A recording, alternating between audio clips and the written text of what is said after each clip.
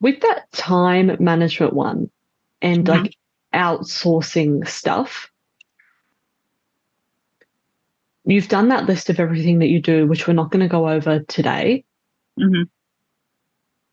But there's a bit of a balance here. The first thing that I find people get value from, which doesn't cost any money, and we'll cover this. Actually, I'll send you a specific video on it. Let me make a note. I think the thing that people, and that certainly I spent a long time confusing myself with, is putting time into things that don't really give us a return, like stuff that we think matters but doesn't. So, like an easy example is social media. And I notice that you don't do that, so this doesn't apply to you, but it's just a simple Yeah. example. Mm-hmm. It's a place where people tend to lose a lot of time that they think is going to get them a lot of work, but it's really not one of the primary ways to get work. So, what you'll usually get value from as a first step is looking at all the stuff that you do. And then when you understand what stuff that I do actually makes me money, and really looking at, okay, how can I just focus on those things initially? And some stuff you just literally don't need to do. Like there's some stuff that people are doing that just doesn't require the time that they think it does. And if they just drop that, like, great, they've got more time and energy. Really, once you've perfected that and you're making enough money, that's when doing things like hiring people to do stuff like specific in the business can become a value. But I find that a lot of people actually don't get to that point because our business is pretty simple.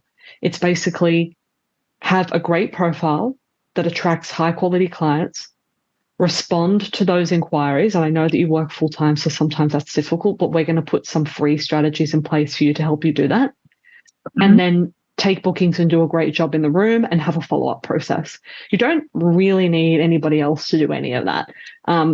And of course, if you do have somebody who does any of that, you have to pay them.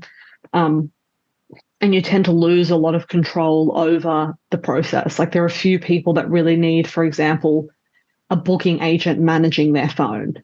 And if you do have Yeah. somebody doing that, you have to pay them. Plus, now you're not in control of the interaction. So you have to train that person, blah, blah. So what you've done as a first step, list everything, is awesome. I'll send you a video after today that talks about some more specifics to this and it will help you with the perspective of I don't probably really need to yet be paying other people to do stuff, but maybe there's some stuff that I could just stop or that I could just do more efficiently, or do you know what I mean? Mm-hmm. Yeah, I know what you mean. Cool. Any other comments on that?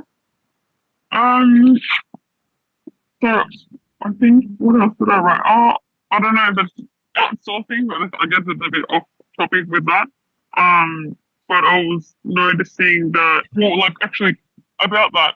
So say Mm. if you're doing like really, really well, of course, and you're busy and you're getting lots of clients, I mean, certain things that you could get an assistant to do. I mean, I've never had an assistant for this kind of stuff.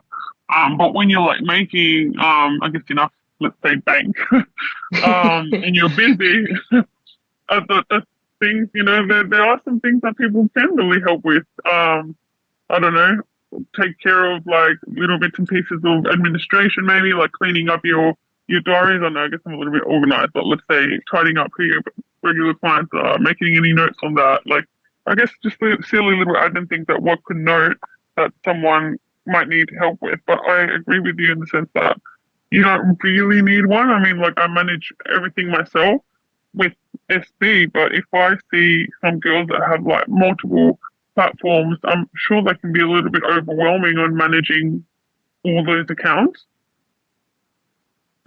Yeah, I totally know what you mean. And I think the short answer, in my view, is like the caveat that you started with, once you're making enough, for sure.